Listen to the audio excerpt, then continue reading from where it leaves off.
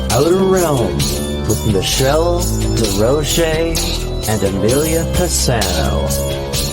Airing live on the United Public Radio Network, 105.3 FM in New Orleans.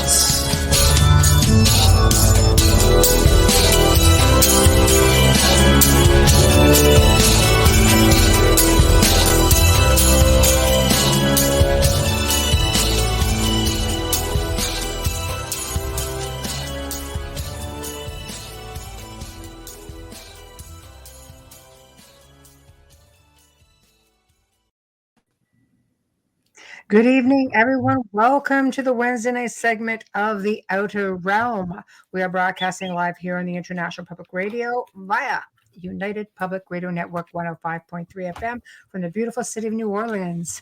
So, tonight, as every night, we are sponsored by Folgers Coffee. Thank you, Folgers. You're like family. You've been with us since day one.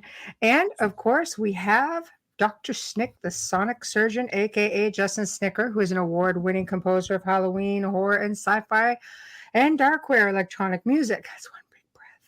So, his music is available on Bandcamp, Spotify, iTunes, Amazon, and most streaming platforms. So thank you for your generous contribution of your voice and your music to our show. So tonight, after several months of waiting, we welcome Constance Victoria Briggs for the very first time to the show, and she's going to be discussing her book, The Encyclopedia of Moon Mysteries. So we've had her scheduled for quite a while. Unfortunately, sorry, long waiting list. We're trying to rectify that a little bit. In order to participate in tonight's show, please head on over to UFO Paranormal Radio or International Public Radio on YouTube. Those are the only two YouTube for tonight. And of course, we have Twitch, and we are on various Facebook pages, such as The Outer Realm, of course. And we've got Canada's Most Haunted, Michelle Desrochers. We've got, let's see, what else do we have? UFO Paranormal Radio, United Public Radio, News on the Flip Side. And where's the other one? Joe Montaldo, UFO Undercover. So go over there. We'll see you in chat.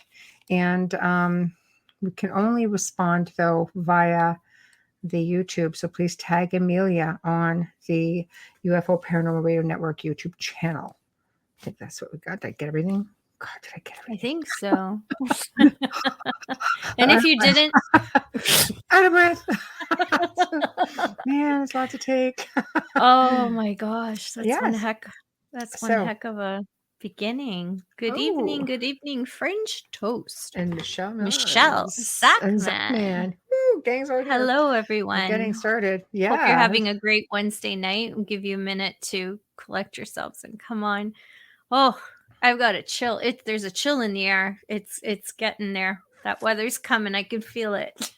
Yeah, it's pretty cool. This house it warms up pretty quick, but it's got walls that are 3 feet thick. So if it gets cold, it just sits.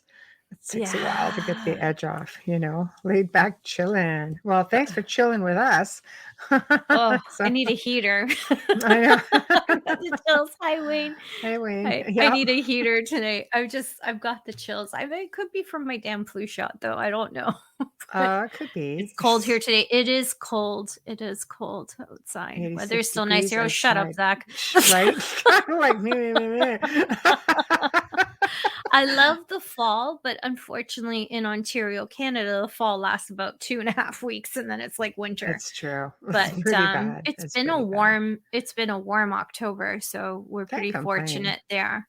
But yeah, you dress in layers here between October and December. You kind of dress in layers because you leave the house and it's super cold, and then halfway through the day, if you're out all day, you're taking stuff off because the sun comes out and it gets so hot.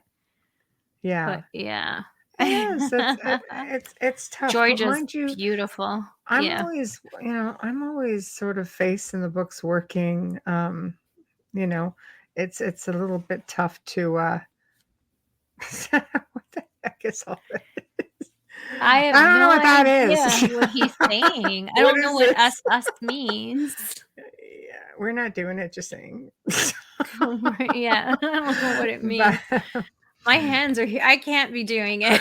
I know. I'm just like, I don't know who that is. It's Joe having a little bit of fun there. We don't know what the heck he's even saying. Like somebody's just had a long day. Burn up some energy because he didn't have his show before ours. So he needs to burn some of that. Well, it's just great. Go chase the puppy, Joe. Yeah.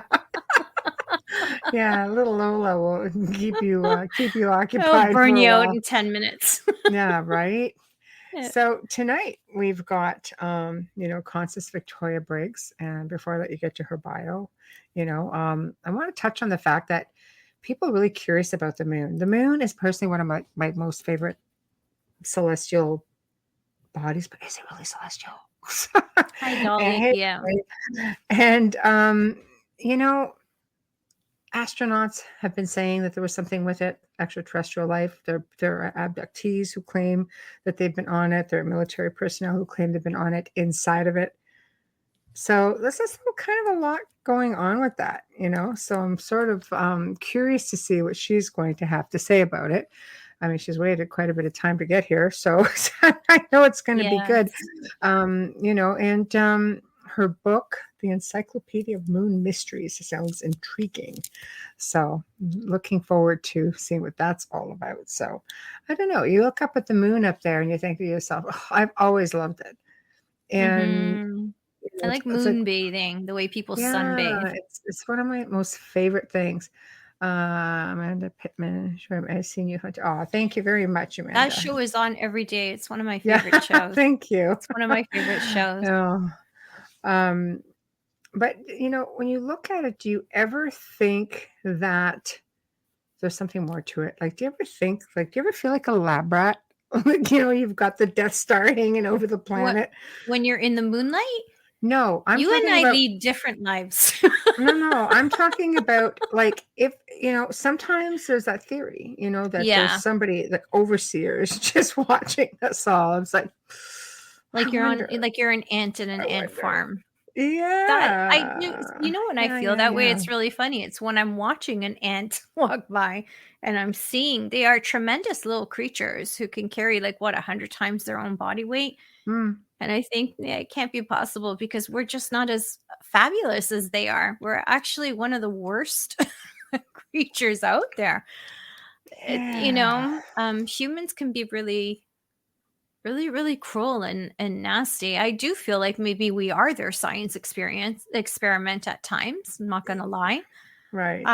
But I will bring that intro forward. Since she is in the green room waiting. Constance Victoria Briggs is a metaphysical, spiritual, cosmic researcher and writer. She is the author of the encyclopedia series Angels of God, of the Unseen World, and of the Moon.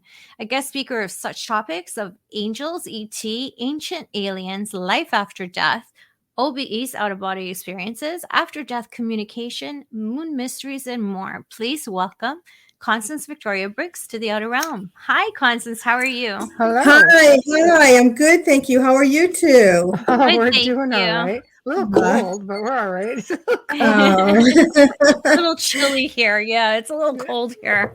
Yeah. But otherwise, we're A-okay, and we've been looking forward to the show tonight. And I was just saying how much I've always loved the moon. To me, I've always gravitated towards it. I've always loved it. It's just, sort of my thing. And I know I'm not the only one like it. A lot of people just love it. So I'm really curious to see what you're going to have to say about it. It's probably what I'm already thinking, but okay, all right. So I always like to start off with what I call, humble beginnings. So we have a lot of people listening. So please, we're going to let you just take the show and tell us about yourself and your journey to this point where you've chosen these things to talk about. In the case tonight, we're discussing the moon. So what led you to the health curiosity or? Go. Okay, all right. So I'm sorry, we're having a little background issue, so I apologize if I'm a little distracted. So basically, I just want to say thank you for having me. Hi. And I watch you ladies from time to time, and I thought about going out and getting a Auburn wig because you're just really too fabulous. Oh, so. That would have been pretty. Would be that would so have been much awesome. easier than this process. Let me tell you. Well, I love it. But so the moon has taken over my life these days. Like Michelle said, it's a real passion for me as well. We grow up, we all grew up admiring the moon and looking at its beauty, and we were taught that it's just entity that has nothing going on with it, nothing going on with the moon, just a dead rock in the sky, right? So a few years ago, during my research, I came across some interesting information, and having my hands in the metaphysical topics, and studying also whether or not we're alone in the universe. I have lots of stories that come across my desk, but this one kind of turned my head. It was a book written by a researcher named Don Wilson, and he was a ufologist. And he wrote about basically the NASA astronauts and some of the things that had occurred while they were on their missions to the moon. And that's pretty much where I got started with his little book. And it was just so interesting for me that it was a jumping off a point for, finding out more. And I started collecting these stories and throwing them into a file. And unbeknownst to me, in the 1970s, the moon and moon anomalies were quite a hot topic. That's when Don Wilson wrote the book. It was right after the astronauts had come back. And I know there's people out there that believe we never went, but, I do. So yeah, I do talk about it. So that's where I started. And I learned that were not just anomalies occurring with the astronauts going up, but there's just anomalies, unexplained mysteries on the moon in general. It's not just a place where there's no activity. It's not a dead rock in the sky. There's plenty of stuff going on with it. Wow. Yeah, I feel like, like the term Death Star. The term Death Star, isn't it cool? Where did that come from? It is. What, the Death Star? Have you not seen Star Wars? The term. I know. Obi-Wan Kenobi? Was it Obi-Wan Kenobi? I don't know. I know. I've never seen any of those shows, so that explains it. Okay. Oh, okay. I know. I think I'm the only one on this network that has never watched Star Trek or Star Wars. But, oh my gosh. So yeah, no, my son is, a big Star Wars fan, and I am a Trekkie. So are you? Ooh, yeah. Yeah. Wow. Okay. So why don't you go back in time then? Switzerland. Tell us a little bit, like the ancients. There is some literature that states that the moon was definitely brought into, our solar system, that it wasn't always there. Okay, so wow. What's interesting is, I'm going to just deviate just for a sec. I wrote this Moon Mysteries book, all right, and it talks a little bit about that, and a little bit, about a bunch of other stuff. But Okay, I just want to say, you take it any way you want. Okay. All right, no, I'm not going to stay there. I'm going to answer your question. But what's interesting is I was asked to write another book, and I've written all encyclopedias up to this point, but I am writing a narrative, and I start at the beginning, and of the moon, what I call the moon's galactic history. Okay. And who would have thought that it has one, right? It does. The moon has a story to be told, and it starts with the ancients. So if we can just back up just a second and talk about, because this ties into it, we do not know in our modern era We do not know where the moon came from or how the moon was created. All right. Right. We do not know the origin. With all that, the studying we've done, all the investigations that we've done, the time, money, effort, astronauts sent, we still don't know how it got to be here. So if you go back into ancient history, our ancient history, there are some interesting tales. And one of them talks about a time when there was no moon in the sky. Have you ladies ever heard that? Michelle, No. you have? Yeah. A time, believe it or not, because until I started this research, I didn't know that there was a time in Earth's history where some of the great philosophers of old, including Aristotle, talked about this time where there was no moon, that the shiniest object, the shiniest entity in the sky was Venus. And so there were several that talked about, and I believe it was Ovid who wrote a little bit more extensively, where he said the people, there was, several of them said there was a race of people that lived in Greece and that they were named the Arcadians. And this philosopher said they were wild people. They lived, they ate acorns. They, they didn't, wear much. They were uncultured, which of course, when we think of ancient history in a time before, that may go back before the moon, we know that they would have been wild people. But these people were named the Arcadians. And so there are several writers who talk about that period, which I find astounding, because we have adopted the lessons from a lot of these philosophers, and here they are saying that the moon wasn't always there. So if we move forward a bit, there are two interesting stories. One deals with the Sun Gate, the Gate of the Sun, which is located in Bolivia, and this is an ancient structure that had writings on it. This place, it's a ruin.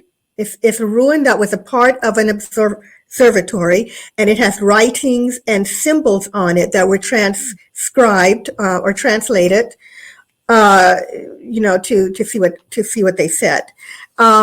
Basically, they said that the moon came in to Earth's orbit and created, of course, a lot of chaos with its arrival. It created a lot of storms on the Earth, and there was a lot of disaster because it's moving in so closely in the way that it did.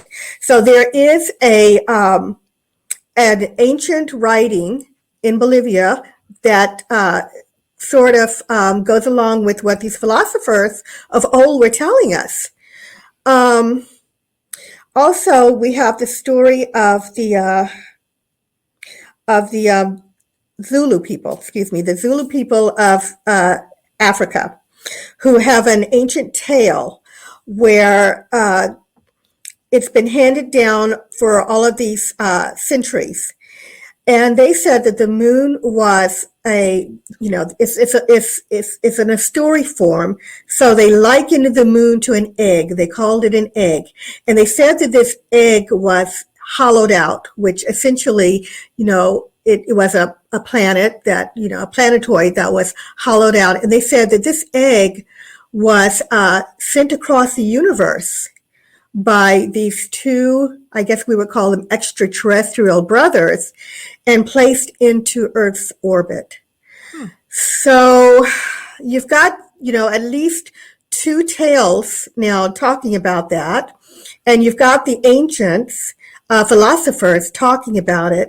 So of course there's something amiss there. Now, some people may say, oh, that just sounds like fantasy. But, I told them either we adopt what the philosophers said, or we don't. You can't take some of their lessons and ignore the other one because it doesn't fit your way of thinking.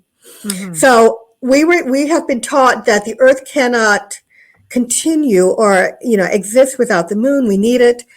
But there was one researcher who argued Mars doesn't have a satellite the size of our moon, and it's not moving all around, Right. out there. It's not, because they said if we don't have the moon, it'll tilt and it'll roll, but not necessarily to that extent. Mhm. So that's the story behind the ancients, bringing in the moon. Mhm. When does the moon first appear in history then?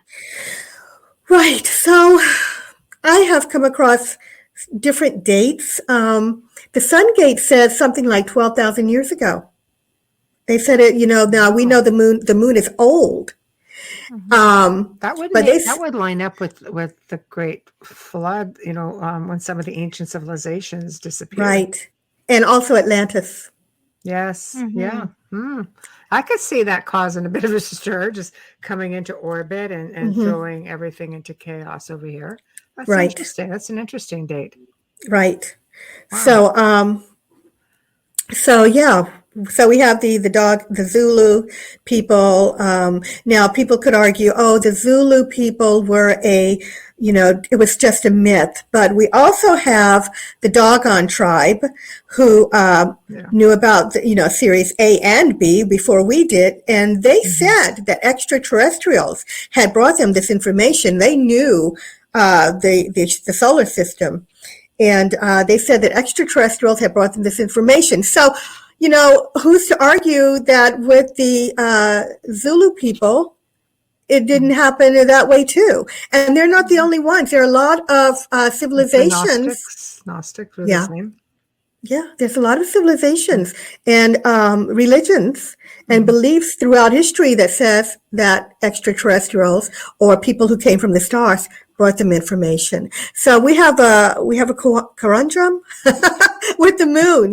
We want to believe that it is natural, but it looks more and more like this is not a natural satellite. And yeah. And I have an interesting story from the Soviets too. Okay. Remind me not to forget. No, I'd like you to take this in whichever direction that you want to, because I know you've got a path that you're, based on where start to finish. Encyclopedia is a pretty major thing. So maybe just keep guiding us too. So we're going from the ancient times, and now there is a lot. You have to wonder when we talk about civilizations, because now with satellites, people are seeing images of like ancient things, like pyramids or faces or a sphinx, or it's all over the internet, whether it's photoshopped or not. I'd like to hear your thoughts on that. Okay, so I think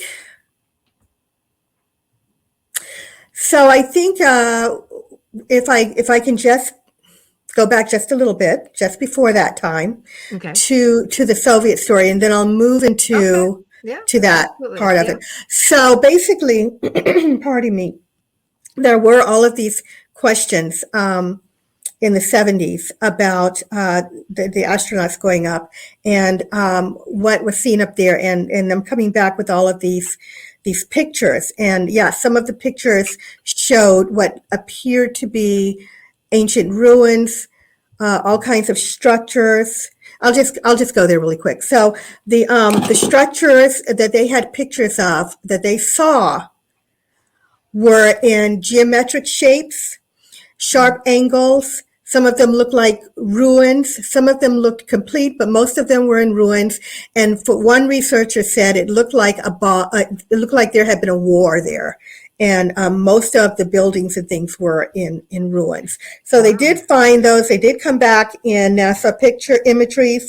It's been my understanding, excuse me, that some of these images were changed so that we can't see them.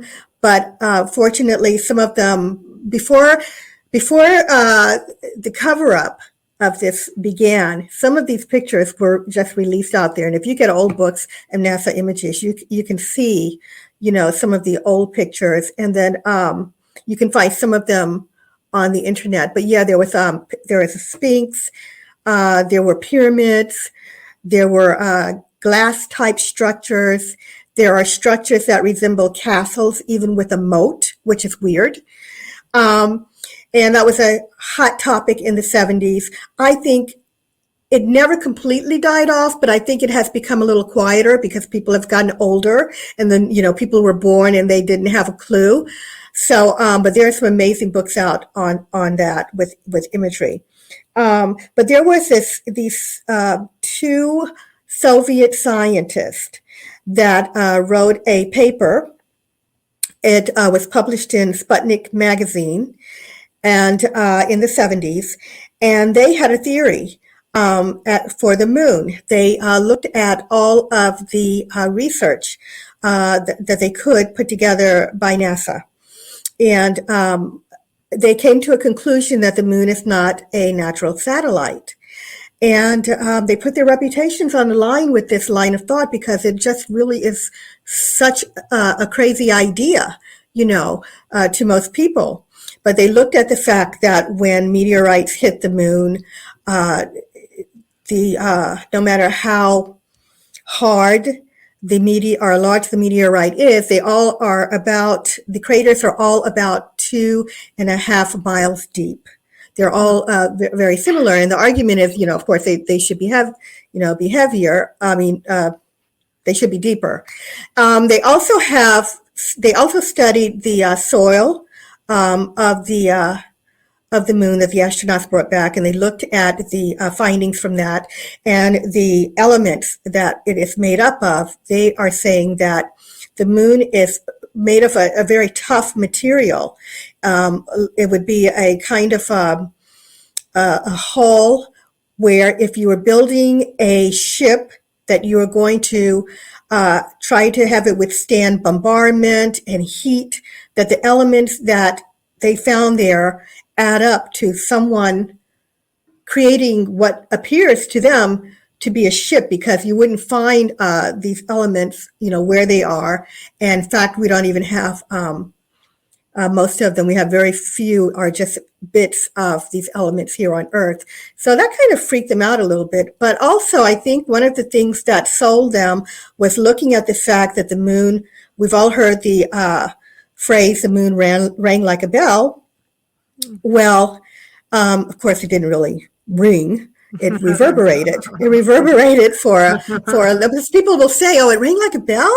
They heard it ring like a bell. What exactly does that mean? Yeah, no, it didn't ring like a bell. It reverberated, but it shook, and it wasn't just once. I mean, they smashed that ascent stage into it the first time, and then there was another couple of other trips that the astronauts went up and they did it again. And these Soviet scientists looked at that and they said, it's got to be hollow for it to be doing that. And not only them, it was NASA scientists and NASA people who, when this first happened, they did a press conference and they were shocked. And they came forward and they said that it reverberated, and they couldn't explain why. And they said, we don't know why it would be doing that unless it's a hollow entity. So they were puzzled, and they're still puzzled. They still don't have an answer. But so these Soviet scientists basically said they think that this is a created ship, just like the Zulu tribe said. And they said that they believe it was sent here across the universe and placed in Earth's orbit. And that what we have here, they think, are a ship that has engines inside and all supplies needed for a race of beings or people to survive on a trip across the universe. Mm-hmm. So what do you think? Like, what does your gut tell you? Do you think it's hollow? Do you think there's a base in there? Do you think it's a ship, or is it just some sort of celestial being, like entity, much like a planet would be just kind of tossed into our orbit? Yeah, from like a supernova or something, like, from the energy waves or from like, anything. Like, who knows where this is really coming? You're freaking me out just a little bit. Yeah, no, so I was freaked out, and sometimes I'm still freaked out. Sometimes I'm just quiet. I'm going over the information. Yeah, that's okay. And I'm like, people will comment and chat, as well. So just, we just want to let you get out Oh, as no, no, much no. information as you do. This is good. We find it very interesting. No, Michelle, I think you didn't hear what I said. What I said was, I think Amelia said she's a little freaked out, and I said I said I get freaked out too, and sometimes I get quiet Oh, because I'm really? just thinking about it. Okay, When so you're I don't thinking freak about out. the Yeah. reality of this and how it just fits, Right. you know, Yeah. like history is validating all of these what people might call myths or, you know, stories from past, or what it really is validating, Mm-hmm. and it's looking way too real right now. I How just did saw, how did the world function before the moon? The moon's supposed to give it so much life and energy. What happened? Yeah, no, I can't answer that, and I'm sure that, I guess a scientist could give us a little bit more insight, but there is a theory, and there's several theories, but one, and I'm going to answer your question, Michelle. there, no worries. Don't worry. Leisure. This is your show. I'm Don't just worry. coasting around. Yeah, you enjoy, girl. Yeah. You'll find we're there, very gracious hosts. We let you do most of the talking. that's no, you have to just, if you have a question, jump in, because I get I don't have a lot of people to talk to the subject about, so. Well, we love your Well, you do passion. tonight. We love your passion. So just Yeah, enjoy you do it. tonight. You got a lot of listeners, so Yeah. So, one of the theories to quickly answer Amelia, is that there were advanced extraterrestrials who, and by the way, I call this the Garden of Eden theory, that looked at Earth. Somehow they found us way out here on the edge of of nowhere, and they thought that Earth had a lot of potential. Apparently, if there was a time when there was no moon, there was something here. There was some life here. It wasn't maybe hopping and jumping the way it is now, but there was something. Because one scientist, at least one that I've come across, did say that Earth could have life without a moon. So it wouldn't have been the ideal situation of what we see today, and I don't know scientifically what it would have been like, but they found something here. They saw something in it, according to the theory, and they wanted to help improve it. So they, saw that it needed to be stable, and they stabilized the Earth, and they saw that, if they did that, then it would help life here to thrive and give it its jump start. But again, that is a theory. It's a very You cool have theory. it well, is. yeah, 'cause, I mean, you see temples out there that are pre, 12,000 years that did really, really well. I mean, they're finding remnants of it all over the place. Can't speak for Atlantis. We know how that ended up, but but you're finding some really interesting archaeological sites right now that are from, like, let's just go with the hypothesis that it's a 12,000 year mark. Some of these are going back even further, and were they all destroyed while this thing came into orbit, or is it like you say, no, this stabilized everything? Something happened in that time period for sure. Like havoc. Right. And you just gave me an interesting thought, Michelle. And that is, I've heard, looking, at archaeological history and ancient history, that we have had civilization that were advanced that started over and over, before. And due to some catastrophe, it wiped out our memories and we had to start again. What if something happened to the earth during one of those periods? What if there were, such power, nuclear power in one of those ancient civilizations that it knocked the earth, off balance. And these advanced beings brought in this thing to restabilize it or stabilize it. Who knows? Different theory. I like that twist to it also. It's like interesting. The moon didn't necessarily cause the flood. Maybe all this happened beforehand, and you're right. It came in, stabilized it. See, it's just like two different perspectives. Yeah, I like it. It's a curiosity because, wow. I mean, definitely with it being there, things definitely seem stable. I mean, we do have our share of storms, though.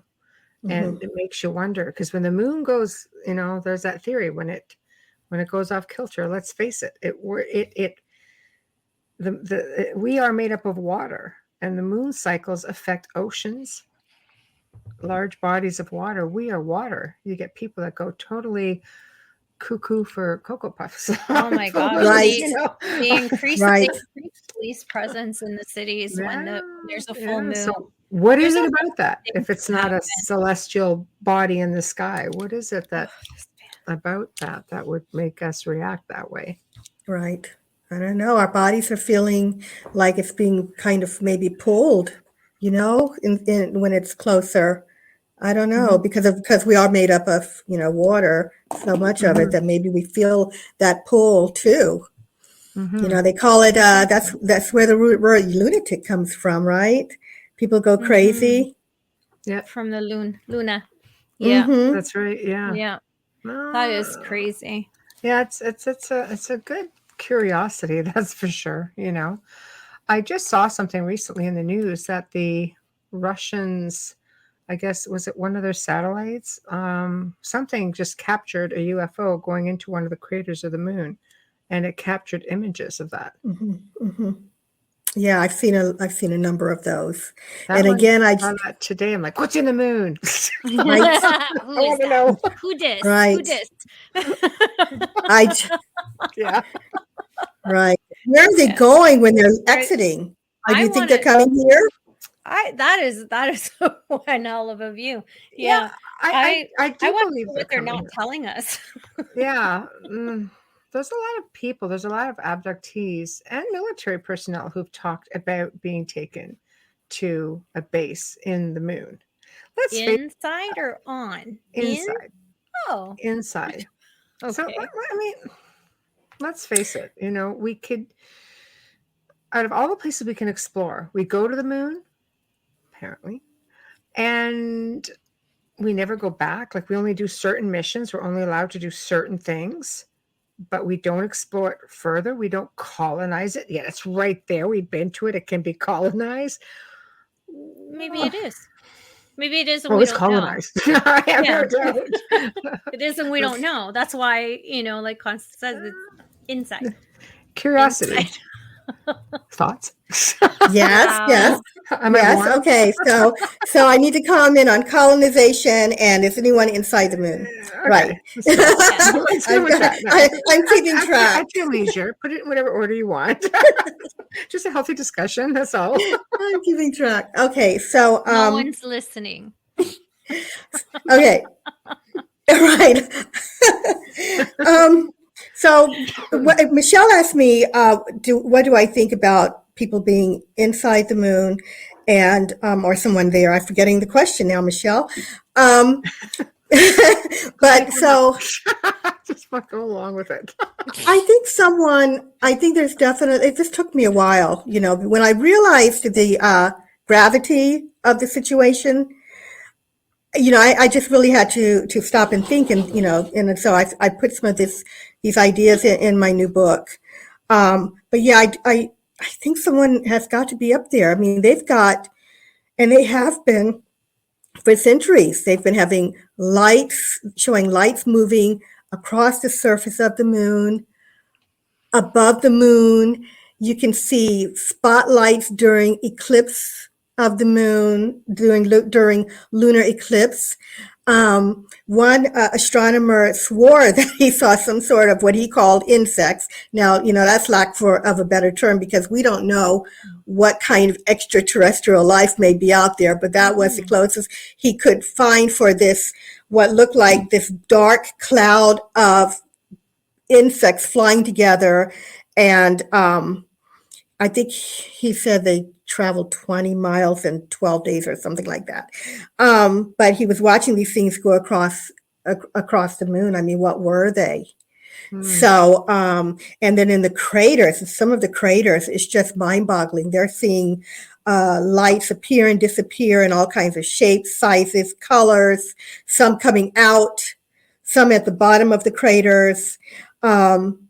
And sometimes there's 5, and sometimes there's 1, and they're large, small. Sometimes there's cloud-like lights appearing, like some kind of lighted fog or something, and they don't know what it is. If you ask me, it just sounds like, maybe extraterrestrials are going about their business and their life and using their lights, Why not?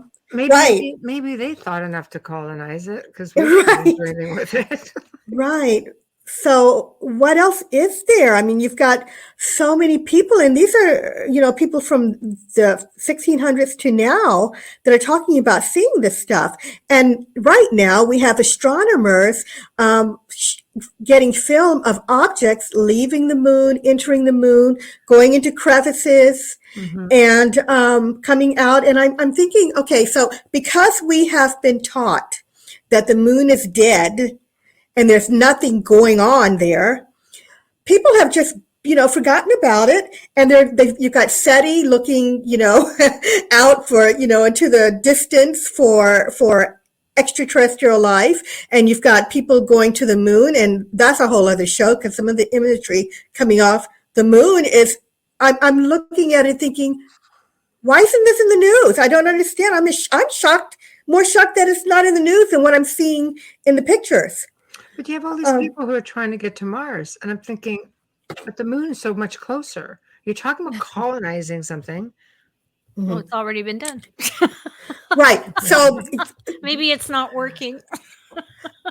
Amelia, I think that's it. I think what happened is, from all of the evidence, and they just won't say it. They just won't say, God, there's a lot of lights up there. There's a lot of movement. And we even have video of what looks like ships going in and out. They just won't say someone's on the moon.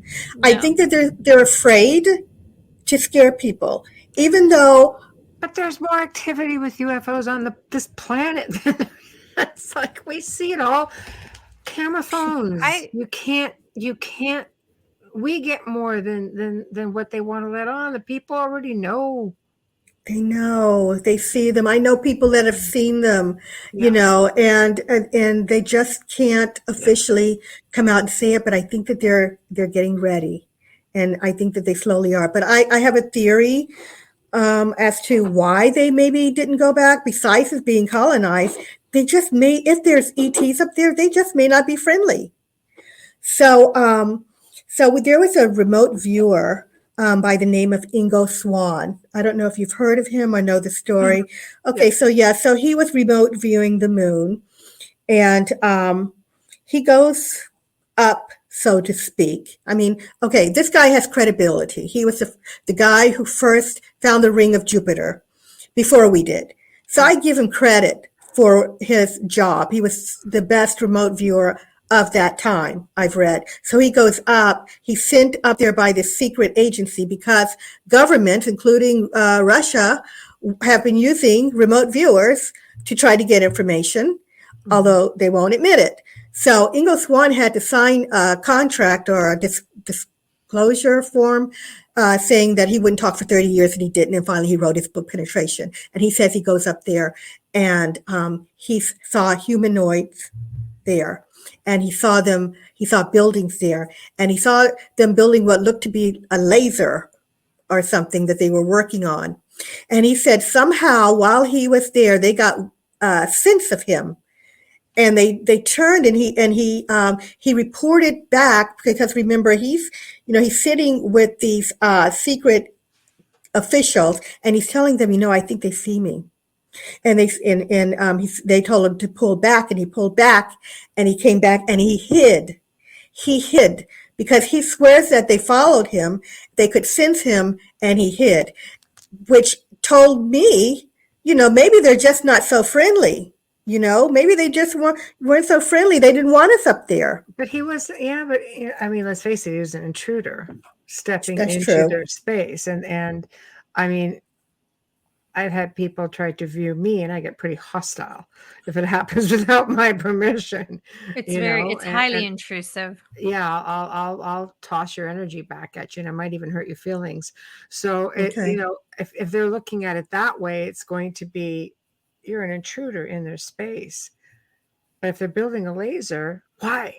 And were they military? I mean, come on, we know even there's stories of even Hitler being up there getting this technology. The Germans going up there with extraterrestrials, and there's all kinds of theories and conspiracy theories, but who the heck knows?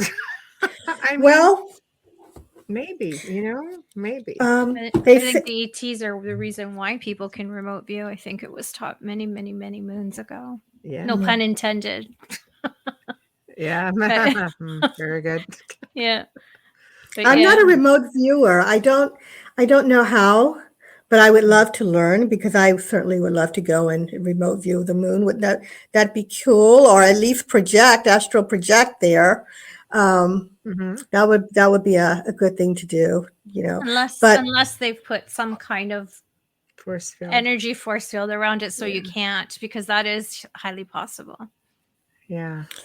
Well, they're saying that the astronauts may have been warned off the moon, and that's been a story that's been churning for years. And that we're not wanted up there. And the theory is that if that is true, maybe they have actually taken a look at us on Earth and seen the way we behave. We're still in the warring phase of a species. We're still young, I guess, but we're still warring, and there's crime, and, we're destroying the Earth. And, somebody said, oh, they just wouldn't want us up there, doing that. And maybe that's why.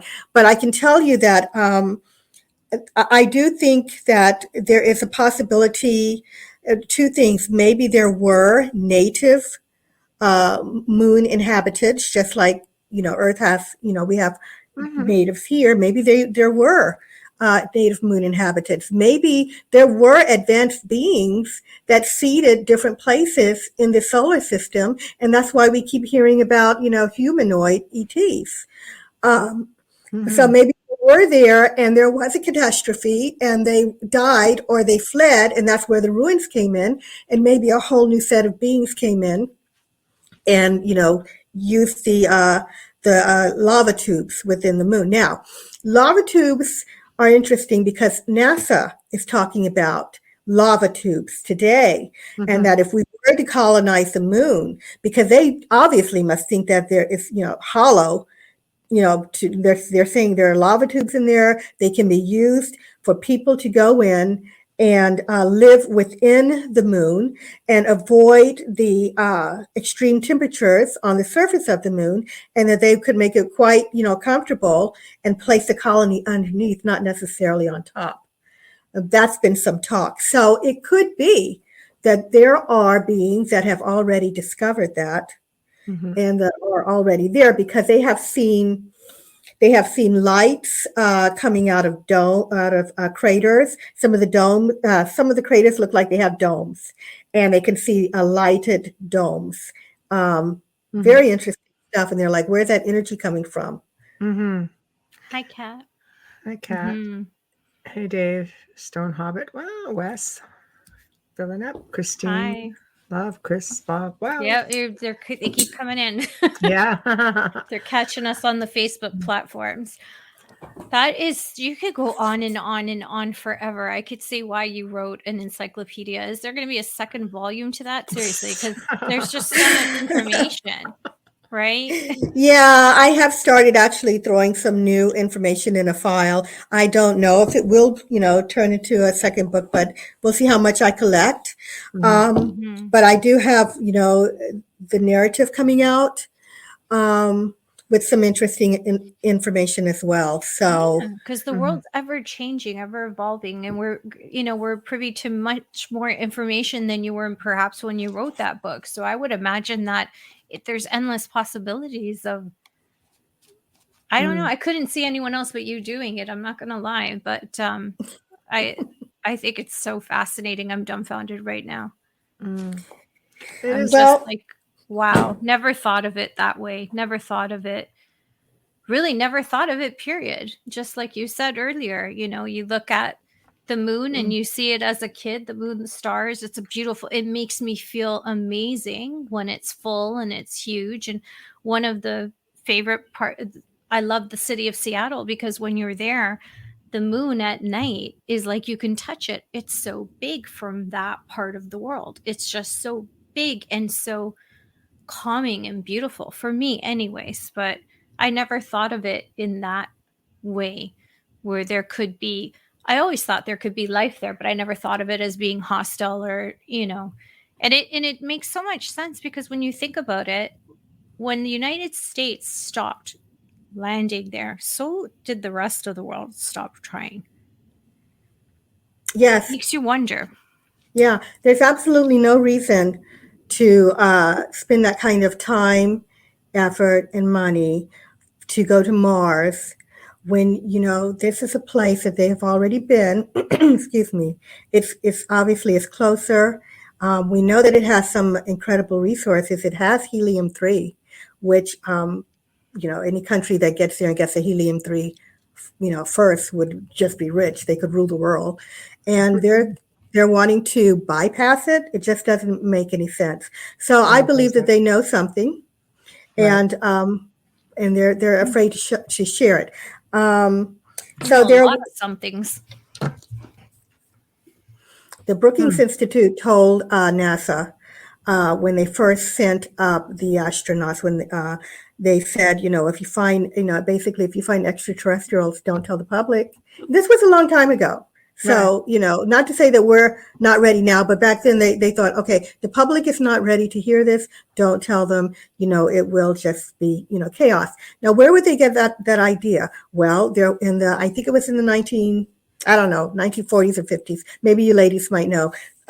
Orson Welles did a radio show, The War of the Worlds. Yes. And people kind of went crazy and lost their minds. It was just fiction, but people thought that we were being attacked by Martians, and I think some people died in the process. Yes. Well done, and a lot of information for the time that didn't exist at your fingertips like now. So it was quite shocking. Yeah. So they're worried that they were worried at that time that we may have that same scenario, that people would not be able to handle it and go crazy. And then, of course, we have the whole idea of religion falling in the economy. This is stuff that I'm hearing. I personally think people are ready. Yeah, I mean, those were different times. I think now with technology, the internet, movies, like I said, you have camera phones. People have cameras. You see things in the sky all the time. Some people have had all kinds of extraterrestrial experiences, some worse than others. But I also see a pattern with government. I see government basically, instilling fear. And when people get comfortable, like UFOs, UAPs, we're going to do this big disclosure, which wasn't really a big disclosure. I think the public already knew more than what they were trying to let out. We're like, and we know you know more. Give me a break. That's like the Kennedy files, same thing. When they realize people don't have that fear, well, now it's the next thing. What is the false flag thing? Well, they're chasing our planes, or they're swarming our carriers. Now they're talking about possibly disclosing extraterrestrial life. We're like, we know. Why is it like when the fear stops with this, then we take it an extra one and an extra one? They just don't give the public enough credit. Now, there are people who are going to freak out, but there are people who freak out at everything. We all have different comfort zones, but you don't know unless you just put it out there. We all suspect. We all suspect. I don't think there's anybody out there really. I mean, they may not believe, but I'm pretty sure it's at least crossed their minds. Well, we have to reach a point, in this world where we grow, where we're not just, standing still, where we're not static. And if there is a universal community out there, there is a time where we just have to admit it and accept it and be a part of it. And that time, may be coming, very soon. It's my understanding that that a couple of the presidents have been visited by extraterrestrials. Did you hear that story? My brother called me with that story. My brother called me with that story. He says, Did you know that one of the presidents met with extraterrestrials? Says, yes, I know. It's not yes. something I walk around saying. And what took you times. so long? A few times. Oh my gosh. But, Yeah. I can't say that to my friends. I'm not here a part of a community where I can talk about these things. So I'm just quiet about them. So when he called and he said that to me, because he knows, he and I do talk a little bit about the stuff. And I said, yes, I know. They made a deal. They tried to make a deal. So the story, people, is that there was an extraterrestrial group that met with one of the presidents, or a couple of the presidents, different times, and they wanted us to put down nuclear weapons. They wanted us to exchange technology for the agreement that we wouldn't use them. They said they didn't want us to destroy life on this planet, and that it would have a domino effect throughout the galaxy. Mm-hmm. And the story is from a person who was there and who came forward to talk, and that does happen a lot these days. And I did see a document. I've got to find it. I saw it on the internet where it was signed by somebody had leaked it a long time ago. But they said no, they weren't going to give up the weapons. Keep the technology, and they left. But I don't think they went far, because during that same period of time, that's when the whole UFO phenomenon increased. Now, it was already there. We have pictures going back to ancient times of what looks like spacecraft and people in spacesuits written in stone, which is strange. So I think they've always been around. And like we said, they visited us, helped us, gave us information. But this was something different. In the 50s, the UFO phenomenon increased, and there were ships being seen everywhere. And there were contactees, people saying, I was contacted by these, extraterrestrials, and they said this, and this, and that, we need to have peace, and we're killing the world. And and that they never left. So even, if you get into old biblical texts and old, really old artwork going back to Da Vinci, you'll see UFOs and all of it. Who was the first abductee? Enoch. Technically, Book of Enoch, it's all hidden in there. I think there are more of them on this planet than people realize. And with the moon so close, it makes sense that they would go back and forth. It really does. They're so close together. It makes sense to me too, but like I said, they've been circling around, bypassing the moon now, and that really fascinates me because it's pretty obvious now. So I've seen, like I said, and you have too, what appears to be ships leaving the moon, and I think, where are they going? Right. Where are they going? Now, I have a theory. In my book, my new book, I will talk about a little bit, that maybe it is a stopover place. Okay. We don't know how. Let's just say ETs are out there and they're traveling around, and people are saying, well, it takes thousands of years to get from one point of the galaxy to the next. But what if they have a shortcut? What if they have learned that, and the moon is a stopover? And I say the moon is a stopover because of the amount of descriptions of vehicles that have been described here on this planet. Do they really have that many there? That many different kinds? So we've got the ellipticals, we've got the saucers, we've got the triangles, we've got the three points, kind of like a triangle, but not exactly the dark triangles that I'm talking about. There's a different, right? There's different ones. I don't know if they're all coming from there, or maybe it is a stopover, or maybe there's an agreement that they have to stop over. And then somebody said, well, Constance, we've been to the moon. We didn't see anything. Well, no, that's not true. If the astronauts were up there and they saw something, and we know they did, they weren't going to come back and talk about it because they get in trouble. But they did have pictures on the one of the first missions, Apollo 8, the Apollo 8 mission. They went up and they were, beginning their trying to get men to the moon. So they had all these practice runs. So Apollo 8 went up and they did see something strange and they took a picture of this thing. And it looked like a kind of a triangle or with wings. It was weird. I don't know. I don't even know how to describe it, except it was white and it looked like it, almost like a flower or a butterfly. I don't know how to explain it. It looked different. It wasn't a saucer. It wasn't egg shaped, but they got a picture.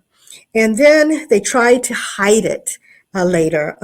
NASA tried to hide it, and they didn't have the techniques that we do to, cover things out of pictures. So they took black tape and they put it over the thing. But one picture slipped through, and you can actually see it on the website. This image, and you can see the ones that are taped too. Nice. So what was my point? They were seeing them all the way back to that point. And I forgot my point. It happens to us all the time. Yeah. Seriously, it does. Not the first. You were talking about Apollo 8 and how they went up. So they went up and they saw this thing, and I don't know where I was going, but ever since, all of the, I guess I'll just switch a little channel here. All of the missions saw something when they went up, and that was the first really weird one. I think that the Apollo astronauts saw. Excuse me. They were just forbidden to speak about. Right. They went up, but they couldn't tell you about it. They couldn't speak about what was going on. So, but yeah, they saw a lot when they were up there. And I don't know where I was going, but I'll give you a story.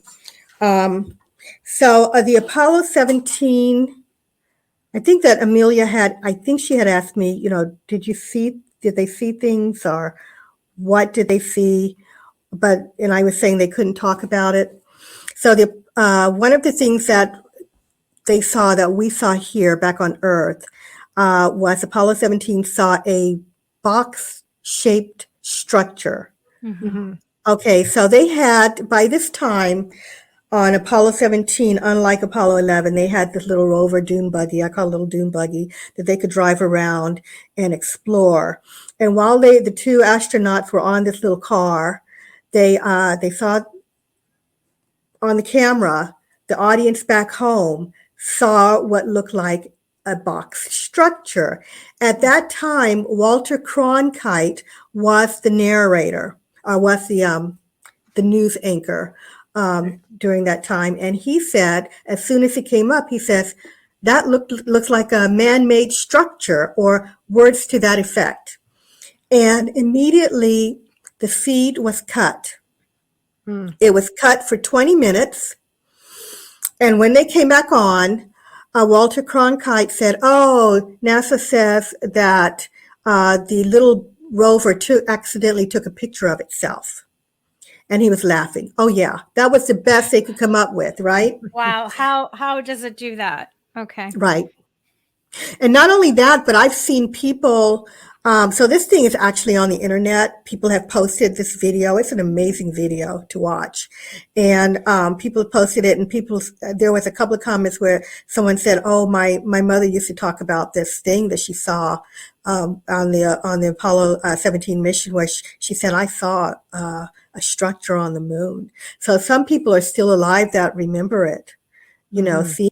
So there are times where things have slipped through that we can get a glimpse. And today there are, if you go on Google Earth, you can apparently see some pictures of the moon where you can see the structures these days, or you can see outlines of buildings, and you can see roads. And I just, I'm looking at this, and people are just posting it. And sometimes YouTube pulls things down for no good reason. But some people have, they have stayed up. They've stayed up, and I've been looking at these things like, oh my God. And then one man was like, okay, he's got this picture of the moon, and there are these black objects flying around, like coming off the surface. And he says, I can't talk about it because I don't want to be taken down. So you're just sitting and looking at this craziness, but he can't talk about it because he doesn't want to be taken down. But they're there, and he's not the only one. It's like that one film on one of the Apollo missions, and they're saying that it was just fiction. It wasn't real. But yet there were all these little, you remember, you know what I'm talking about, right? I can't remember which Apollo mission. I don't know which one it was. And shortly after that, I believe they stopped. From what they told us, they stopped. But there were these little creatures and the whole crew went missing. And they're saying it's not based on truth. It's just that was the moon fiction. It was a film, yes, that they were on the moon. One of the Apollo missions. They had the number, and I can't for the life of me can't remember. And I don't want to be rude in Google, but I'll have to find it and then send it to you. There's a film on it, and I always say there's a little bit of truth to all fiction, right? Everything has a little bit of fact to it. So it makes you wonder. And these little creatures kind of hid in the surface, just under, almost like crabs, but they looked robotic. And I believe there was one that came back. And that's why they could tell so much in the film. So correct me if I'm wrong and you're listening, whether or not that is a factual or fiction film. Okay. Was that the film? Live found? Yes. But they're saying that footage, Zach said, is that the film with live footage found? They're saying that footage was fabricated. It wasn't real.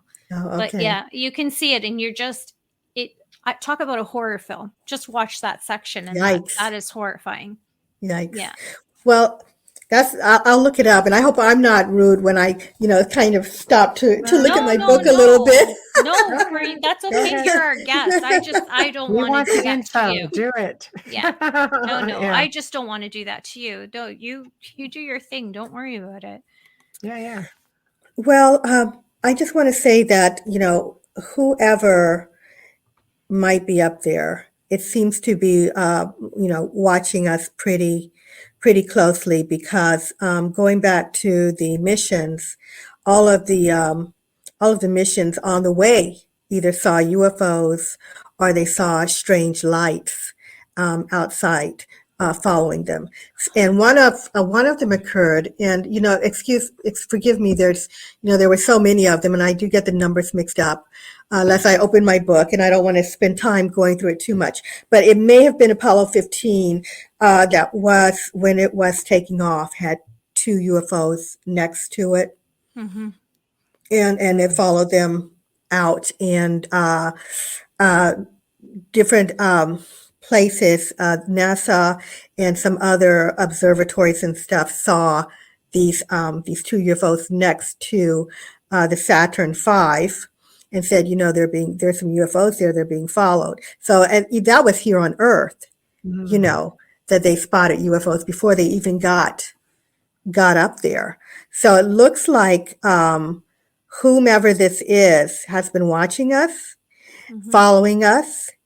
And also, ladies, there is a story. There was a man by the name of Maurice Chatelain, and he wrote a book. And he worked for NASA, and he wrote this book, and he said that when the astronauts landed, there were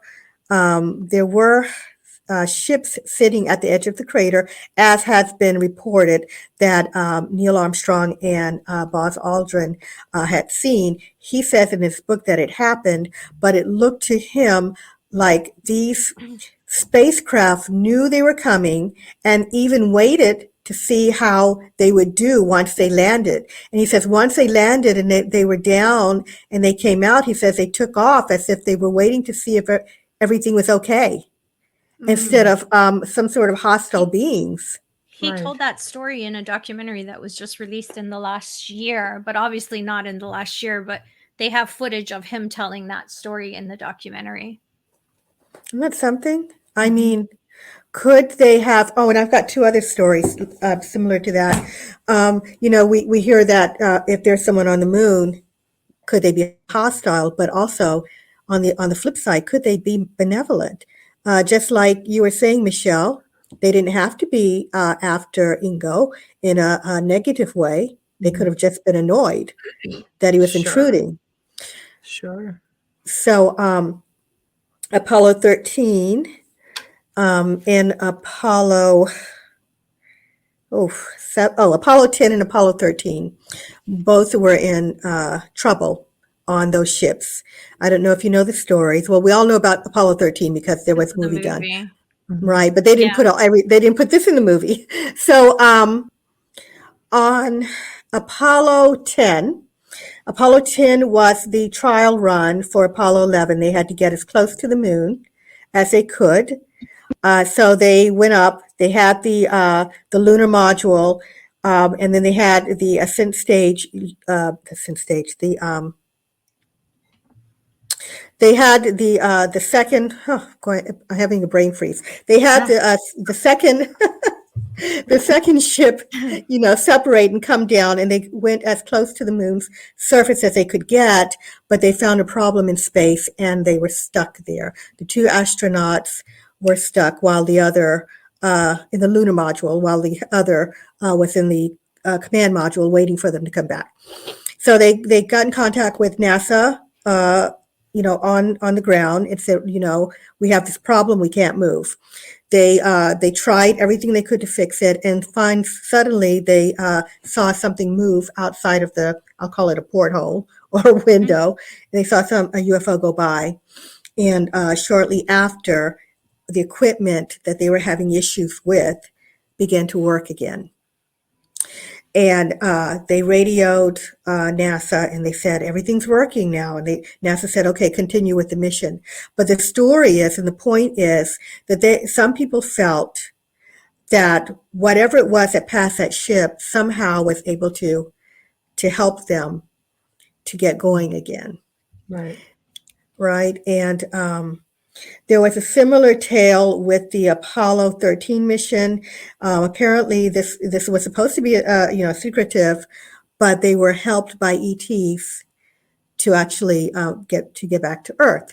So I found those interesting, those three tales, in that maybe we are not dealing with malevolent beings, but maybe they're very friendly and interested, and maybe they regard us as inferior too.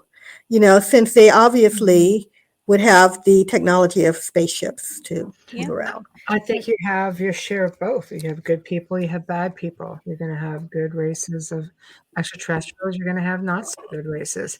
But it's like everything. Every race, I'm sure, is going to have the good seed and the bad seed. You got the balance, right? Like, you look at, we'll use Grays, for instance. My gosh, everybody. So, well, almost everybody, so many people, like, no, they're terrible. They do all these experiments. They do all of these abductions. They're terrifying. Yet you have so many people who've had amazing experiences with them. Totally flip side, of the majority. They're like, they've healed us. They've assisted us with knowledge. So why wouldn't they assist, if they see you floating around a tin can out in space, to say, no, we're going to give you that little push, and we're going to assist. There's so many of them that have messages of love and encouragement. Then, I'm sure you've got the ones out there that are just, ready to do the complete opposite, Yeah. Light and dark in every place, every society. I agree. Yeah. I could see that. So, so I thought that was interesting. I would rather have benevolent beings up there than not. You can imagine, though, that if there were beings on the moon and we're flying over there and we're crashing things into it, and we're leaving trash. I don't know if you have any idea, but we have left a lot of trash on the moon. No way. Oh, tons of it. They didn't bring it back with them? No, we didn't bring it back. That's disrespectful. I know. And then when they ran that bomb into the moon in 2009, they could have hurt somebody. And one of my friends immediately texted me and said, "What are they doing? It could be anybody up there. They don't know what's up there. They could come after us. They're bombing it. That's true too. That's true too. For all we know, they took out a village. We really don't know. We're so in the dark. But let's face it. I mean, let's just consider for a moment. We do know how to get on the moon. Military, obviously, NASA, they know how to get to the moon. Let's just say, because there are theories that suggest this, that they work with these extraterrestrial beings. And we do have men literally on the moon. From different, I mean, I've basically read numerous, little tidbits of information where it suggests U.S. military, but there is other stuff that suggests different, world militaries working together up there as well with extraterrestrials. Do you think that's a possibility? I've heard stories about it. Do I think it's a possibility? I don't know. I mean, I have my own question as to how would they, have gotten there. I guess if there were ET ships, the ETs could take them. Otherwise, the rockets are pretty big. You can't miss them going up. Okay. So that brings me to Dave's question: have we actually ever landed on the moon? Because if we've landed on the moon one time, we have the knowledge and the technology to do it. But there's some people that believe it never happened. Yes. They believe it. There we go. I think we landed on the moon. We put first of all, there are mirrors up there that measure how far, measure things on the moon. And one of the ways we know that the moon is moving away from us a little at a time is via those mirrors. And then they put the how do you say it? Seismometers, Right? up there. I believe we landed. Now, some people don't believe that we did. They said, it was filmed in a movie set. But the theory is that we did land. But then why does it, why don't we see more? And why does it look this way or that way? Well, the theory is that some of it was held back from the public. And so they created a film to go, with the landing, but they also did some of it, in a studio. That's a theory. That's not my theory. Right. I think I believe that they were there and, it all happened and they took the stuff out of the pictures, but people believe that it was partially in a studio and part of what we saw was on the moon. But they think that they were trying to hide things. So they got up there and they saw all this stuff and they couldn't show us. And so they had to fake some of it. But yeah, I think we landed. Several times. I think that, it's hard in my opinion, and I've been, people didn't like it when I said this, but in my opinion, I mean, they recorded everything. All of the missions have, transcripts and pages and pages and pages of transcripts because they recorded everything and they've put them away. I mean, that would be some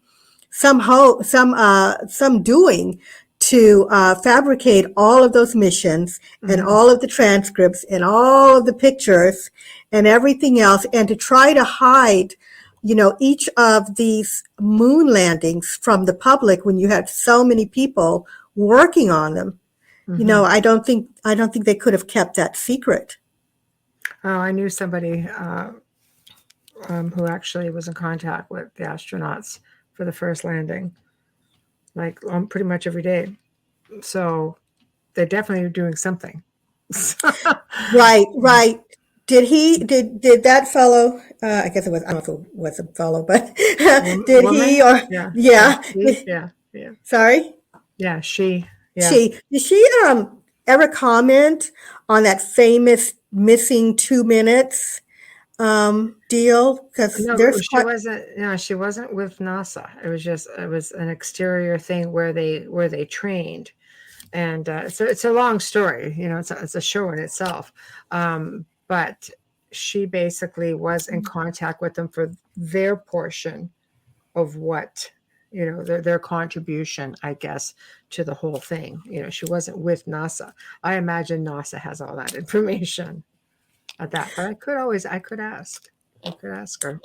One of my favorite stories is centered around Apollo 11. It's very, very famous. It's almost become, it's a famous tale of. Oh, so I don't know how much of your audience knows this story, but when the Apollo astronauts reached the surface and, they exited the lunar module, which I couldn't remember the name of before, they exited the lunar module. They switched over to a private channel, as the story goes, because they saw ships sitting on the edge of the crater, and they were a bit freaked out. Now, had they been told there could be, I think that they had been warned, and I'll tell you why in a bit. But they were freaked out, and they supposedly, there is a secret channel, there is a medical channel where you can switch over so that the audience back on Earth won't hear everything. And they called the medical channel and they said, there are ships here and they're watching us. And they cut it out. It was 2 minutes. And it's a 2-minute story that one day I would love to write about. But they cut it out. So I was wondering if your friend had any information on that. This was the very first moon landing. That was Apollo 11. I will ask. Yeah. But before I can go any further, we have to do a station and sponsor ID. Yes, we do. Thanks to these the guys. We actually have one. We actually get to do one because of you. You are listening to The Outer Realm with Michelle Desrochers and myself, Amelia Pisano. Tonight's amazing and fascinating guest is Constance Victoria Briggs. I love your name, by the way. Broadcasting live. It's just so Hollywood. I love it. Broadcasting live from the beautiful city of New Orleans on 105.3 FM radio, streaming UFO Paranormal Radio right now, and all of our other pages, International Public Radio, UFO Gods and Extraterrestrials Radio, news on the flip side. I'm not even taking that breath. And if you're just tuning in, don't worry. Take a break and come back to us. We are archived right after the show on SoundCloud, on iHeart, Spotify, iTunes, basically any platform that you search. Tonight and every night, our intro and outro comes from the amazing Dr. Snick, the sonic surgeon, Justin Snicker, award-winning composer, and that is his voice that you're hearing as well. You can find him on Bandcamp and Amazon, and you can find him on, I believe he's on Instagram. I know he's on because he's been sharing, and Facebook, and you can purchase his music. It's phenomenal. And tonight, and since the inception, thank you, Folgers, for sponsoring us in every show.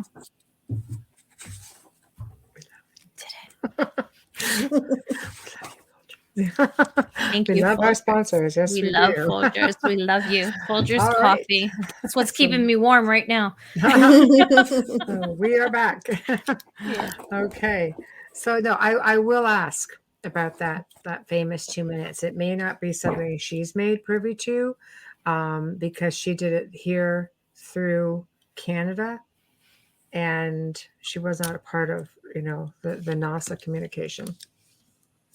Well, people did question Neil Armstrong, when he came back. I don't hear many stories about a Buzz Aldrin, but there are a couple where people, like, for example, Neil was at a party, and he basically did say, that they had seen something, and they, kind of knew that they could, but they couldn't talk about it. Recently, I came across a document that said if you work for NASA, that you sign an agreement where you if you see an anomaly, you don't talk about it. Yeah, it's like non-disclosure. You can't say anything. Can't talk about it. So he couldn't, and they didn't. Some of the film, I don't know if you've seen them, like that press conference right after Yes. My God. God. You see how solemn they looked. Wow. Like, because they couldn't discuss it, and that they wanted to. Mm-hmm. And now, I mean, so many have come forward. There's so many stories out there now where they waited a certain amount of years, and now you can find quite a bit of it. It's fascinating, but it goes to show you how suppressed they were. Yeah. And it's unfortunate because we don't know what's going on. Something could just show up here, and they have, right? But and just make an announcement and shock everybody because we know nothing. It's like we're in the dark. We're in the dark. Well, like Tom says, "Hi, Tom. Sorry I didn't catch you sooner. I can't even highlight because I can't see anything." He says it all comes down to the distrust of the government. Yeah. And that's why so many conspiracy theories are hatched as well. There we go. There it is. Yeah. I think if they came forward with a little bit more truth, because I do believe they're just afraid of any power that they lose over it coming about, not fear for the citizens, because they're not here to hurt us. They've always been here. But there's theories that the government themselves have mastered all of this engineering. They have their own ships, and it's a matter of trying to figure out whose is who. Right. That's another theory, right? That's why it's like, how do we know they're not swarming their own ships? How do we know they're not the ones up on the moon? Yeah. We are in the dark. Right. So you had asked me about colonies. So there is a theory that we have extraterrestrials working alongside of humans, that's one colony, and that they have been for a while. I don't know what they might be doing unless they're excavating the moon, because some of the pictures that have come out of NASA looks like there was excavation going on somewhere. But of course, it's a theory. We don't know who really is up there. There's another tale, of course, and I don't believe this one, that the Germans went up in the 1940s. That's a pretty famous account, but I don't think so. It is, yeah. There's a lot of expansion on that conspiracy theory, but it is a conspiracy theory. Yeah, Yeah, I don't think so. It's out there. People have asked me about it. I'm like, no, I don't think so. Yeah. How'd they get up there? The dark. What is it? The dark fleet. The Dark Fleet, yeah, I think is what it's called. Yeah, I believe that. But ET is how they allegedly got up there. Oh, okay. Well, the other colony, of course, is extraterrestrials mining. Like I said, mining the moon. Now that's minus humans. Just they are there to mine the moon, and that they may even be coming here for resources. I believe that theory that they're taking water from Earth. Isn't that interesting? There are actually photos said same individual that I mentioned before, which it was her job to look over and catalog some photos sent by NASA for her boss, who was supposed to analyze them. There are photos of UFOs, and you see streams of water going up I've heard that. From different lakes. And power, they hang out around power plants and things like that also. So I do believe that. And if you really look back, there have been sites that have been located here on Earth that go back like 250,000 years ago, and they can see areas that have been mined, like deep down. And like with generators, and you're thinking, we did not have the technology to do this. So if that was a possibility here, no doubt it's a possibility on the moon, where it's even less population. But 250,000 years ago probably would have been about the same. But I think it's fascinating. Yeah, it really is. It really is. Yeah. And I think that this is a conversation, when it comes to the moon. I really think it's a conversation that needs to keep going, because I think it had quieted down for a while. People weren't paying any attention, and it's beginning to pick up again with all of the talk about the tic-tacs. I want to say TikTok all the time, but the tic-tacs, I think the moon information has come back into play. I actually started a Facebook page of moon mysteries, and people are picking that up because I'm constantly posting stuff there, and they're just loving it. So, good. so I know that Good. people are, gaining some interest and beginning to learn. Hey, this is what's really going on. I'm just flashing comments across the screen so everyone can see it. For all of the listeners or viewers who are tapping in and just not knowing what's going on, this is the stuff that we're getting in chat, so people can just have an idea. So yeah, feel free. We're still listening. I'm just putting stuff up. So we've shared your Facebook page there, Moon Mysteries Facebook page. So go and check it out, guys. There we go. So there's a really weird story that I thought I'd share, and you ladies tell me what you think. Okay. So we all know, well, not we all know, but many people know about the Anunnaki. Yes, of course. Yeah, and of course the big theory is that it's the Anunnaki that are on the moon. But I somehow have tied it in, and I don't know if it's true or not. But there's a story of the Sumerian tale of the Anunnaki, the story of creation, where Dampa, who is Adam, in Christian beliefs, may have been created on the moon. So that's a long spiel, but that he may have been created there, and that this being, this Adama, some call him Adama, some Adapa, and he's also Adam.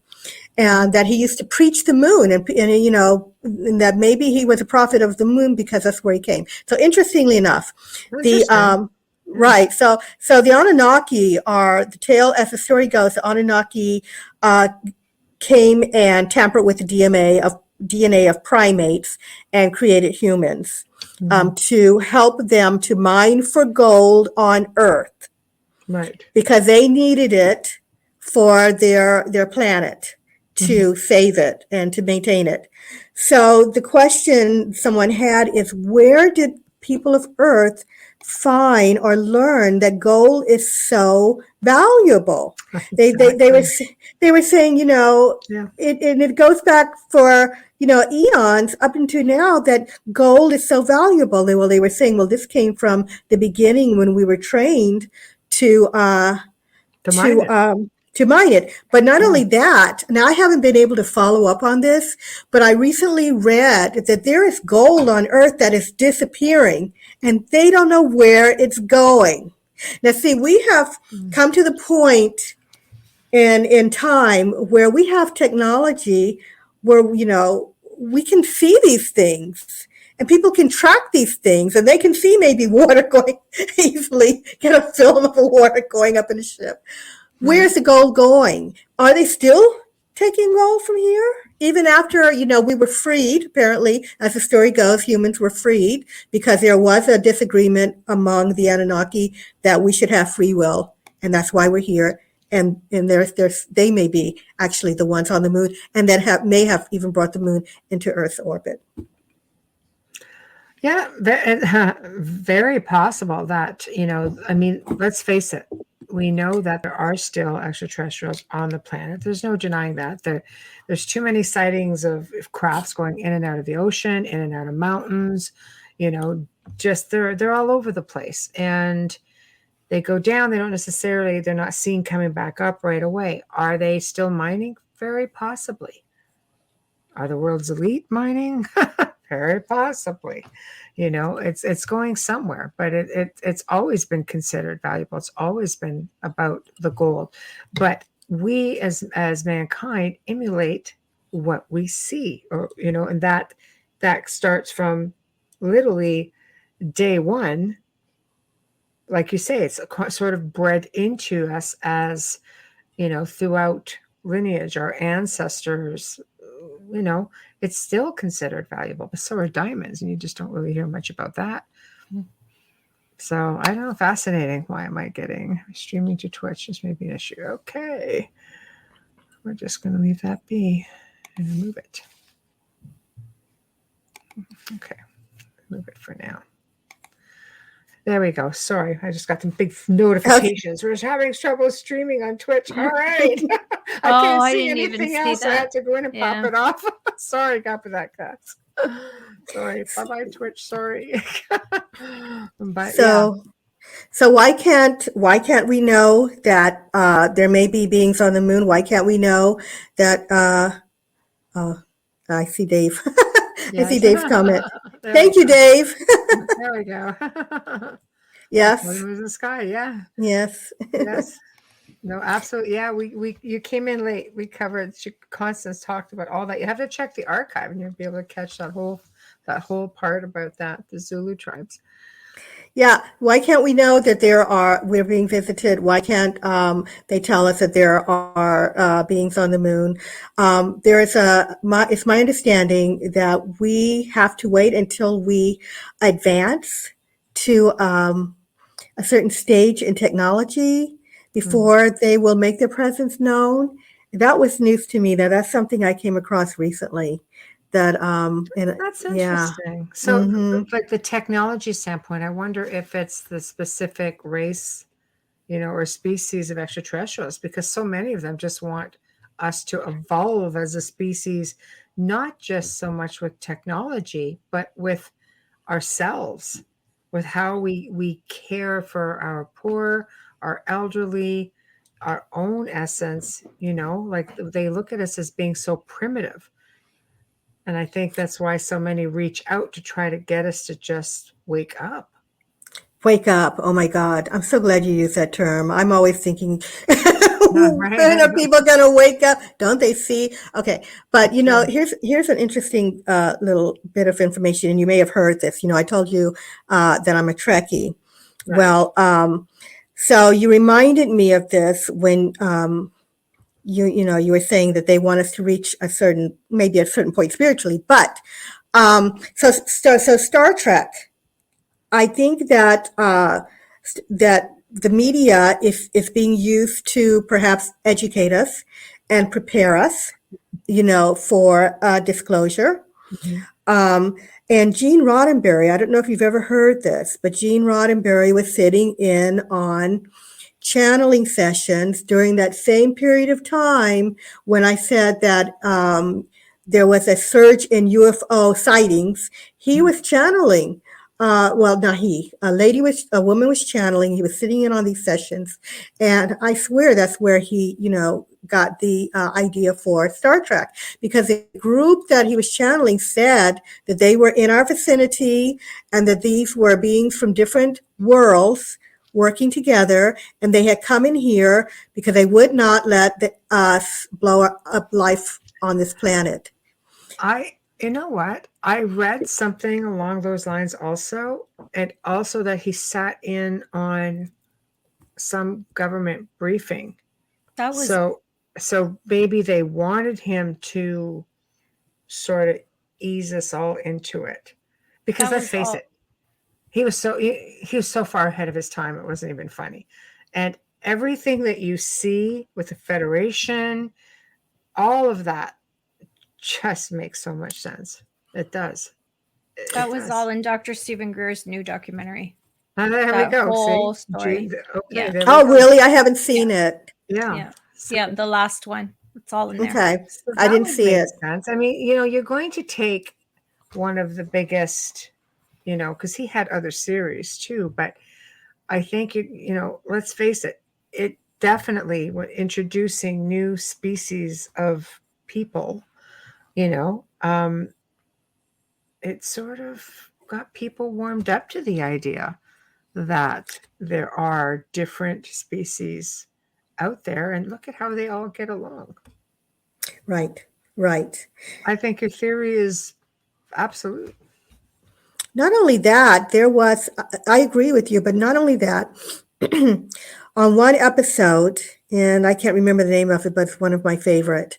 Uh, they there was a planet where they were waiting for them to reach a certain level in technology before on the next generation before they could Right. go in and introduce themselves, and they went in and they presented themselves to I saw that top one. I know the the one. top official, and he Yeah. said, when a race on a world reaches a certain point in technology, we introduce ourselves when they're going to reach warp drive. Now, I'm not saying that we have to reach warp drive, but No. I have heard that there is a level, and I can't remember, unfortunately, the name of it is new information for me. Next time I'm on the show in February, I'll bring it. I'll have it. Okay. We'll do a recap. Yeah. So, but yeah, that could be some of the reason too. If you remember that gentleman from Israel who wrote the book, and of Yes, course, yeah. So he said the Galactic Federation was working with humans. Now, I've heard about the Galactic Federation, yes. I don't know, 30 years ago. Yes. And there are these books, the Starseed Transmissions, where they, I still have those books. They're amazing. And I haven't spent a lot of time talking about them. But yeah, so when he came out with that term, I was thinking, oh my gosh, he outed them. He outed them. I can't believe I've never heard anyone use that publicly. And he said that they told him these beings in the Galactic Federation said, we cannot know because we're not ready yet. Now, did they mean technologically or did they mean spiritually? I really don't know, but whatever it is, it's my understanding that we're very close. If that story is true, that we're very close to being told. Now, when it comes to disclosure and first contact, I believe that basically disclosure is here because I spend a lot of time talking about this stuff, as do so many others. So that is disclosure. But people want a spaceship to land on the front lawn of the White House, for proof. And the truth is, as far as first contact, which I guess they mean disclosure. Well, first contact, it looks like we've had it. I mean, we haven't had someone land and make an announcement via media, but there are a lot of people talking about this, and it is out of control. There's no longer a point where they can just shut people up because too many people are talking about it now. That's exactly right. And when you're looking at government disclosure, the United States was one of the last to disclose. There are world governments that have done it long before them. There are some governments, you look at France, for example, they're very wide open about, events that happen with UFO sightings, or like they put it out there. They'll say, oh, there was UFO sighting here, like they don't hide it the same way that it's hidden here in the West. I think even Canada disclosed before the US. The US just, had their reasons, and they were one of the last to come forward with it. Yeah, Heck, even Russia did minister. it like 3-4 years ago. So it's like, Russia beat you guys. You let that happen, But I think, I think UFOs, because it's so general, unidentified flying object could be anything. But I think having to admit to extraterrestrial life is something entirely different. I think they're being very careful with that, because what do they do after that? They almost have to admit that you've known all along. You've been lying to us. Yes, who's going to be held accountable for that puppy? Yeah.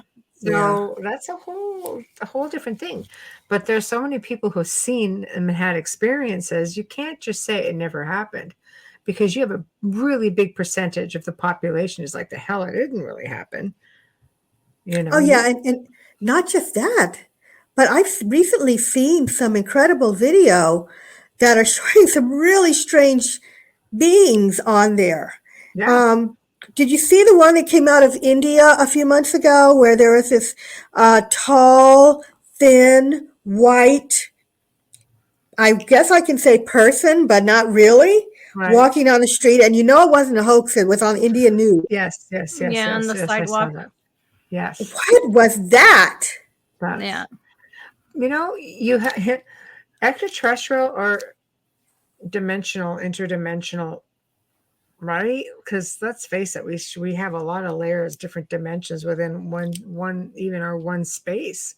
People are crisscrossing into time slips all the time. Portals. Look at all these cryptid sightings that are going on out there. All of a sudden they just disappear. You have a Bigfoot that just disappears just like that. They never find Nessie. Right. Slip into a portal. We don't. Well, there's, these are all theories and speculation, but there is some talk of when they set off that bomb, the first nuclear bomb, that they may have damaged something or caused a rip that has allowed some strange stuff to come through that wasn't supposed to. And when I heard that, I was like, okay, that might explain some things. If that's true, things that are not supposed to be here got through. And it attracted the attentions of other extraterrestrials. Right? Let's face it. Yeah. I could see that being a ripple effect for sure. And a rift, it's a portal. They're all over this planet. Look at the power spots throughout this entire planet, the pyramids, Stonehenge, just to mention two. The ancients built over power spots. You cannot fire off all these wars that we've had. You can't fire off all this stuff and think that there's not going to be cause and effect from it. Right. But because they don't believe in such things, we haven't been taught these things in this world. I had what I call, I have out of body experiences, and I travel when I'm asleep. I astral travel. And so once I traveled to a different place, and I was among these beings who were knowledgeable about leaving the body and traveling, which we are not told, we are not taught. Right. They knew that I had a limited amount of time there. Right. And they were trying to get me to, they were trying to talk to me, and, I was trying to help them with something in a limited amount of time before I slipped out and had to go back. They knew it. And that experience taught me that there are beings in our universe, it can be, this dimension or the other, that are aware that when you're in the physical, you can leave and come and go. We haven't even been taught. We haven't even accepted that part of us. Okay, so let alone there may be able to put a rip in the veil. But they don't even want you using your abilities. Why do you think they put so much fluoride in your water, for example, to calcify your pineal gland? But they put, calcium again in the water. Like why? Like you have to detox your pineal gland. It dulls your abilities. They don't want you being who you are meant to be. They want to control you. They don't want you to know this. This is something that we evolve. We learn ourselves. It's very hard. The powers that be, obviously it's government. They don't want you to do all of that. Exactly, Dave. All the processed foods. Oh, exactly. They're it's all the plastic too. It's true. Like we're gifted people. We're beings of light on a human journey. We have amazing abilities. But in human form, right here, they don't want you to do that. It's just it's like we're all running amok. We're going to know more than them. No, can't do that. How are we going to control the population that way? We have to police this. And religion's like, no, we have to control this. We don't want everybody with too many different opinions. It just makes it hard to have such a diverse society. I mean, we have religions now that can't get along. Yet the common goal is the same thing. It's looking to a creator. They keep a lot to themselves because the radicals, honestly. Well, for sure. Have, radicals now having issues with the way we run things on this side of the world or the way we live. Imagine if you had ETs come down. Oh, yeah, exactly. I think it's just small spurts, they have their reasons for doing it, but you have those who are thinking, no, just let us be who we were born to be. And it would probably be a much friendlier planet. I think so. Right. But who am I? We can all go to the moon. Looks like they know what they're doing up there. I don't know. Yeah, I do. But I don't know. I can do without the moon. Yeah, I love the moon. No, I mean traveling to it. No, Right. I can't do without I have the a moon. healthy curiosity for it. I'm all down for I'm an adventure. I'm down, but I am too, but more like the type that wants to walk on the edge of the CN Tower or jump off a cliff on a bungee cord. Not so much walk the moon. I'm a little bit the other way. Right. Well, I'm that kind of adventure. The one that needs a granola bar at the end of the adventure. Someone asked me once, when a host on a show asked me, "Oh, Constance, would you go to the moon?" And I said, "Well, not if they don't have Starbucks." there are some things are just a little, Maybe there's something better the than that there. limitations, that's for Maybe sure. they've got Folgers. That's it. Right. It's even better. But thank you for joining us. I'm really looking forward to the February date now. Me too. It's been a lot we're of fun. already we're at the top of the second hours already.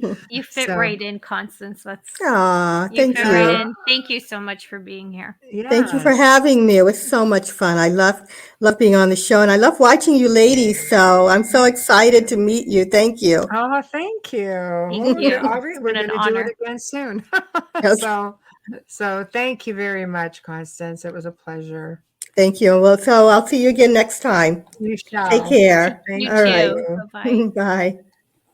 Well, we have come to another fantastic segment of the Outer Realm. That was super interesting. My gosh. So thanks to everybody who tuned in, and big thank you to Constance Victoria Briggs, of course, Joe for being behind the scenes, and huge thank you to Folgers Coffee for sponsoring us and having faith in us since day one. Big thank you to Dr. Snick, aka Justin Snicker, for again providing us with his voice, his music for our intro and outro. It's just can't even imagine the show without us now. So please remember to stop by YouTube on all of our YouTube channels, the International Public Radio, UFO Paranormal Radio, UFO Gods and Extraterrestrials. Yeah, bam, I did it.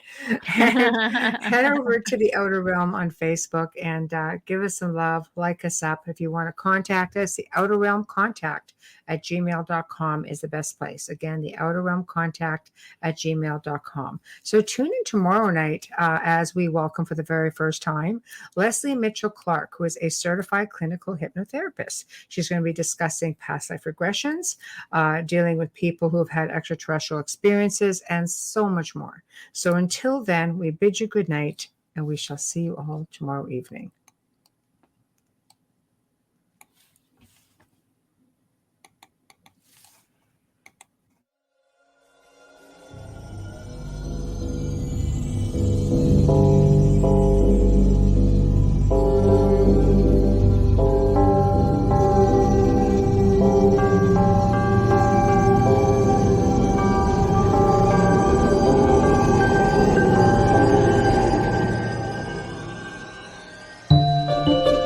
You have been listening to The Outer Realm with Michelle Desrochers and Amelia Pisano, airing live every Wednesday and Thursday evening, 9 to 11 p.m. Eastern, 8 to 10 p.m. Central, on the United Public Radio Network, 105.3 FM in New Orleans.